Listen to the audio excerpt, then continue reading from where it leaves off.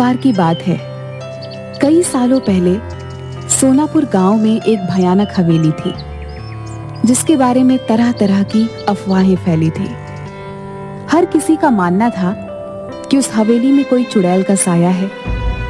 काफी बार गांव वालों को वहां पर चुड़ैल के होने का एहसास भी हुआ था। एक बार गांव के लोग गांव के चौराहे पर बैठकर सभी हवेली के बारे में बात कर रहे थे।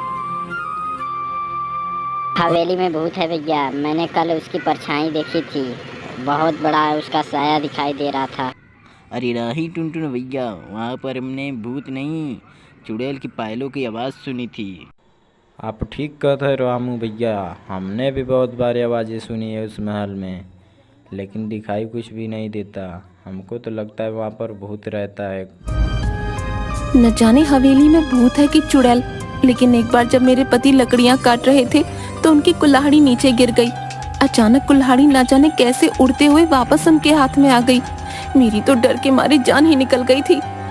हाँ बिटिया, सच कहती हो, वहाँ कोई है जिसने हमारी सहायता की। मेरी पोती तालाब में डूब गई थी। अचानक तेज हवा चली और मेरी बेटी तालाब से उड़ती हुई बाहर आ गई।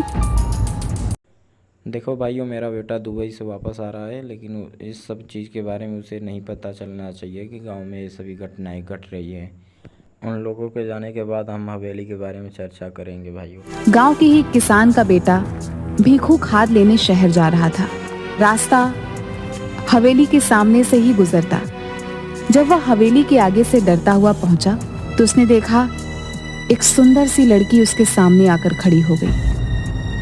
अरे तुम कौन हो? और ये जानती नहीं कि ये भूतिया हवेली है? और तुमको डर भी नहीं लगा? मेरा नाम किरण है, मैं तो यहीं रहती हूँ। हम यहाँ आते जाते हैं, भूत तो नहीं देखा हमने कभी। अच्छा, पर ये तो भूतिया हवेली है और लोग कहते हैं यहाँ भयंकर चुड़ैलें रहती हैं। ये सब सुनकर भीखू मन ही मन डरने लगा। उसके दिमाग में यही चल रहा था कि जो कुछ भी आज तक उसने सुना वो सच है या झूठ। तभी किरण बोली, तुम्हें पता है मैं हवेली में ही रहती हूँ। अब ये क्या कह रही हो? पूरा गांव जानता है कि इस हवेली में भूत चुड़ैल रहती है। तुम चुड़ैल भूत जैसी चीजों पर विश्वास रखते हो? मैं फालतू में ही इतना सोच रहा हूँ। ये लड़की होकर भी नहीं डर रही। ये भूत चुड़ैल मन का वहम है, ये सच्चाई थोड़ी ना है। आओ तुम्हें मैं अपने बाकी लोगों से मिलवाती हूँ, इससे तुम्हारा डर हमेशा के लिए खत्म हो जाएगा। भीखू किरण के पीछे पीछे चलने लगा। अचानक उसे जोर का धक्का लगा और वह हवेली की पहाड़ी से नीचे गिर गया। गांव वाले तुरंत दौड़ते हुए भीखू के पास आए और पूछने लगे क्या हुआ। तभी भीखू के मुंह से बस ये शब्द निकले, हवेली, लड़की, किरण, हवेली। पार्ट दूसरा देखने के लिए चैनल को सब्सक्राइब करिए।